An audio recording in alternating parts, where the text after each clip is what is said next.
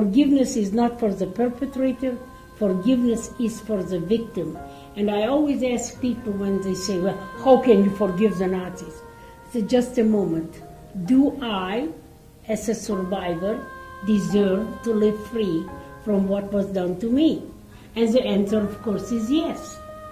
So if I deserve it, why can't I forgive and live free from what Mengele, the Nazis, or any other perpetrator has done to victims? We would be awakened every morning at 5. By 6, we were outside for roll call. Then Mengele would come in to count us every morning. He wanted to know how many guinea pigs he had. Tuesday, Thursday, and Saturday, we would be taken to another lab that I call the blood lab.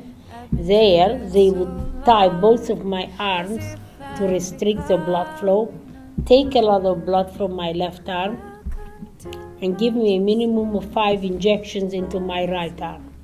The content of those injections, we didn't know then, and I don't know that today either. I understand what would have happened. Would I have died?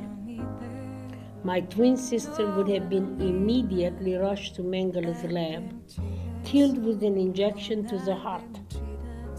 And then Mengele would have done the comparative autopsies. I spoiled the experiment. I survived. Anger is a seed for war. Forgiveness is a seed for peace.